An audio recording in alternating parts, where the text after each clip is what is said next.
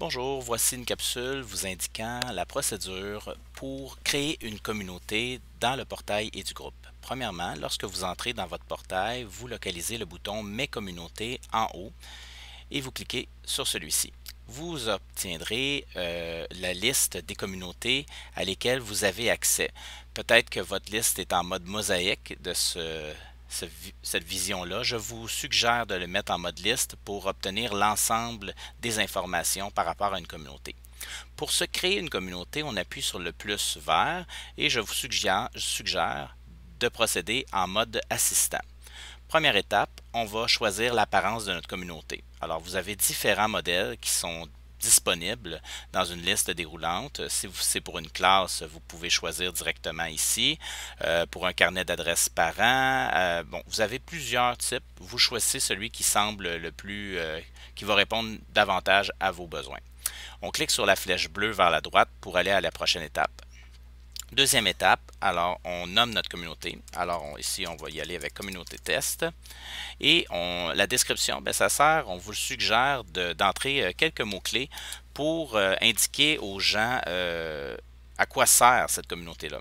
Donc, par exemple, cette communauté sert à blablabla et est, je ne sais pas moi, disponible pour telle clientèle ou vous trouverez ce qui est le plus intéressant pour vous.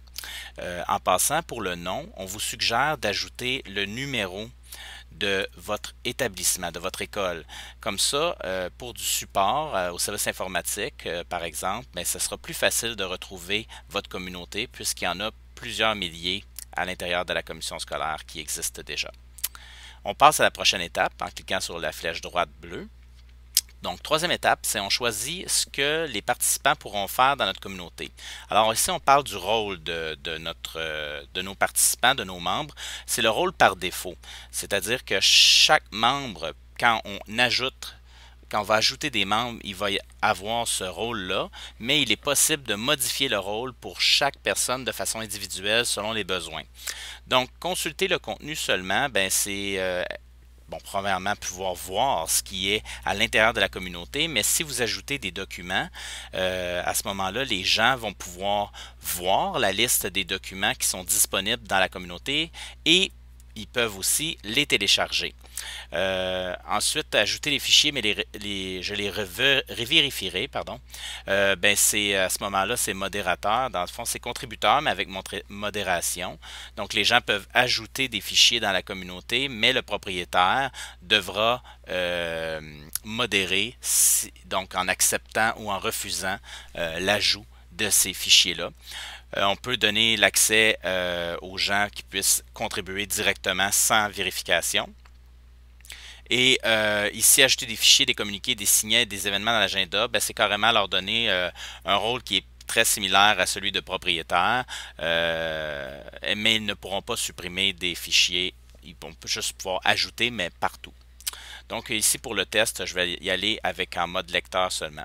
Si vous êtes enseignant, vous avez une quatrième étape qui vous permet d'ajouter directement des membres dans votre communauté de façon automatisée dès le départ. Alors, par exemple, choisissez les personnes qui seront inscrites dans votre communauté. Donc, tous les élèves de mon école, je coche. Si je veux en plus tous les parents de mon école, donc je pourrais y aller comme ça avec les employés de mon école ou si je suis un enseignant. Alors, pour juste mes élèves à ce moment-là, donc pour mes classes avec mes élèves. Et quand vous avez terminé, vous cliquez sur Accepter. Notez que s'il n'y a rien de coché, simplement à ce moment-là, il n'y aura aucun membre d'ajouter, ils seront à ajouter de façon manuelle comme je vais vous montrer. Quand on clique sur le crochet, on revient à l'écran de départ dans les communautés et notre communauté qu'on vient de créer apparaît. Donc, on a le titre, la description et le nom du propriétaire. Ici, c'est prof, là, c'est juste pour le démo. Vous avez ici les 4 boutons de gestion. Alors, on va y aller, on va surtout se servir des 2 premiers. Le premier, c'est vraiment pour revenir sur ce qu'on vient d'écrire, donc à ce moment de créer. Alors, je pourrais changer le nom de la communauté, la description. Je pourrais ajouter une image à la place de cette image-là, mettre une image qui est personnalisée. Le type privé, public, semi-public. Alors, une communauté qui est privée, elle est visible seulement pour ses membres, donc les membres que le propriétaire va donner accès. Public, alors tous les employés pourront voir cette communauté-là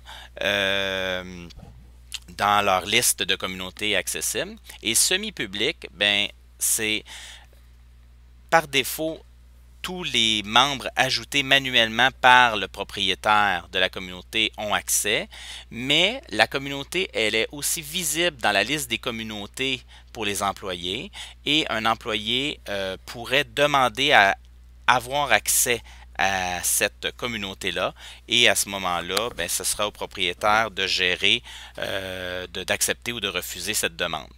Le statut de la communauté, donc actif, inactif. Donc inactif à ce moment-là, elle est toujours existante sur les serveurs, mais elle n'est plus disponible pour les membres. Et caché, c'est très pratique pour les communautés qui sont destinées, par exemple, aux communications avec les parents. Donc, à ce moment-là, pourquoi cacher? Ben, c'est, par exemple, une école qui souhaite communiquer avec les parents donc des élèves et va créer une communauté avec tous les membres seront les parents. Mais si les parents ont un accès à un module parent, donc dans toutes les écoles secondaires et certaines primaires de la commission scolaire, à ce moment-là, quand le parent entre dans son portail du groupe parent, il aura accès à cette communauté-là et à ce moment-là aura accès au carnet d'adresses, aurait accès au carnet d'adresses de tous les autres parents. Ce qu'on ne souhaite pas, c'est de l'information confidentielle. Alors, c'est pour ça qu'on va sélectionner caché à ce moment-là. Donc, les parents vont être membres de la communauté, mais ne pourront pas l'avoir, ne pourront pas y avoir accès. Ce n'est que le propriétaire qui y aura accès et pourra utiliser les listes de distribution. Habituellement, c'est ce qui est utilisé pour communiquer avec les parents. Le rôle par défaut, c'est celui de lecteur qu'on vient de donner. Ensuite, bon, permettre la publication web, vous pouvez cliquer là-dessus. Je n'irai pas dans les détails dans la démo ici. Donc, si je dépose un PDF, je pourrais avoir une adresse, un lien qui est généré et n'importe qui clique sur ce lien-là sans avoir d'accès à EduGroup pourrait à ce moment-là obtenir le PDF. Si vous avez besoin d'explications complémentaires, je vous invite à consulter la foire aux questions d'EduGroup. Clavardage cyberclass, c'est pas mal inactif maintenant par défaut. On n'utilise plus vraiment ça. On a d'autres outils beaucoup plus performants pour travailler avec ce type d'outils. Et quand on a terminé, ben, on a la disquette qui signifie enregistrer. On a la confirmation. Et en haut, vous avez votre menu. Donc, si je clique sur le titre de la communauté, je vais entrer à l'intérieur de celle-ci. Mais avant d'aller voir qu'est-ce qu'elle a, je vais aller sur la deuxième option, c'est éditer les participants de la communauté. Donc, je clique sur ce bouton-là et là, on se retrouve avec notre écran de gestion des membres. À gauche, on a nos groupes qui sont ajoutés. Présentement, il y a juste une inscription individuelle, c'est le propriétaire. Je viens juste de créer, c'est moi, je viens juste de créer la communauté. Et à droite, c'est la liste complète des membres. Donc, encore une fois, il n'y a que moi. Pour ajouter quelqu'un, on a le plus en haut. On peut ajouter des membres, ok? Donc, c'est à ce moment-là des employés, des parents ou des élèves de façon individuelle. Ou on peut aussi ajouter un groupe. Donc, à ce moment-là, un groupe d'élèves, un groupe de parents, un groupe d'employés. Et il est possible aussi d'ajouter un invité ou de créer un invité. Pour ces détails-là, je vous invite aussi à consulter la foire aux questions. Nous, pour les besoins, on va ajouter des membres pour commencer. Alors, si je souhaite ajouter, je vais dire moi, par exemple. Alors, je pourrais chercher Sébastien Deschamps. Et là, je fouille dans le bottin des utilisateurs. Et je vais me trouver.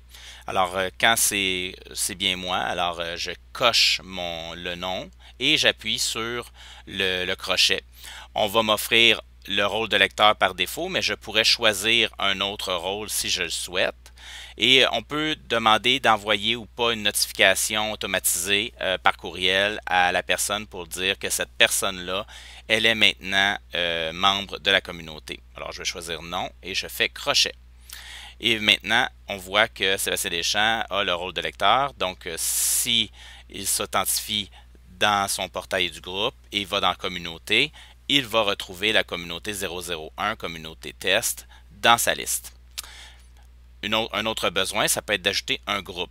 Alors, comment ça fonctionne? Donc, par exemple, on a ici dans l'élève jeune, ça va probablement être souvent ça. Donc, on peut donner un nom de groupe, par exemple, classe de Sébastien, c'est fictif ici. Et à ce moment-là, le rôle de lecteur, c'est une clientèle élève. On choisit l'année, on choisit l'école. Ici, c'est juste pour un test, c'est pas vraiment à la Durantais. Et à ce moment-là, quand j'ai choisi l'école, vous avez les groupes repères qu'on peut cocher ou par discipline. Si vous êtes davantage au secondaire, ça peut être pratique. Donc, on choisit, on peut importer directement un groupe et on peut ici cliquer sur mise à jour automatique. Si on clique sur mise à jour automatique, ça veut dire que chaque vendredi à minuit, la liste des membres va se remettre à jour automatiquement. Donc, si un élève, par exemple, dans ce cas-ci, c'est une clientèle élève, si un élève qui arrive à l'école et qui fait partie des groupes que j'ai cochés, l'élève va être ajouté automatiquement comme membre dans cette communauté-là. Et le contraire est aussi vrai. Si un élève déménage de l'école et quitte l'école, il sera retiré automatiquement de la liste. On peut cocher aussi pour avoir des parents. Donc, pour les communautés qui sont destinées à communiquer avec les parents, on peut cocher ici et ensuite aller choisir les parents des groupes, des élèves des groupes. Et après ça, on clique sur importer le groupe. Ici, je vais annuler, puis ça ne fonctionnera pas parce que je n'ai pas de groupes qui sont réellement liés à ce compte-là. Donc, si j'étais un prof et que j'avais coché un groupe, là, à ce moment-là, l'ensemble de mes participants se serait ajouté. Donc, c'est un peu comme ça que ça fonctionne à la base pour la gestion des participants. Si je souhaite retirer un participant, je peux cocher son nom et aller cocher sur la poubelle. Notez qu'on peut aussi communiquer directement par courriel avec le participant. Donc, je confirme et voilà, le participant est retiré. Donc, ça, c'est vraiment pour la gestion des membres là, 101. Ensuite, pour la communauté comme telle, on peut aller vérifier en cliquant sur le titre de la communauté et je vais avoir un aperçu de la communauté. Donc ici, j'ai un carnet d'adresses qui contient une liste de distribution de tous mes membres. Ici, il y a juste un membre, mais si j'en avais 500, à ce moment-là, en cliquant sur ce lien-là, ça me donnerait un accès pour tout de suite écrire un courriel aux 500 personnes d'un coup. Je peux gérer des fichiers. Ici, elle est vraiment toute garnie, là, cette communauté-là. Il y a un forum de discussion, un agenda, la liste des tâches et des notes qu'on peut afficher dans la communauté. Donc, ça fait un tour très bref des communautés et pour la création du moins. Et si vous avez d'autres questions, n'hésitez pas à communiquer avec moi. Bonne journée.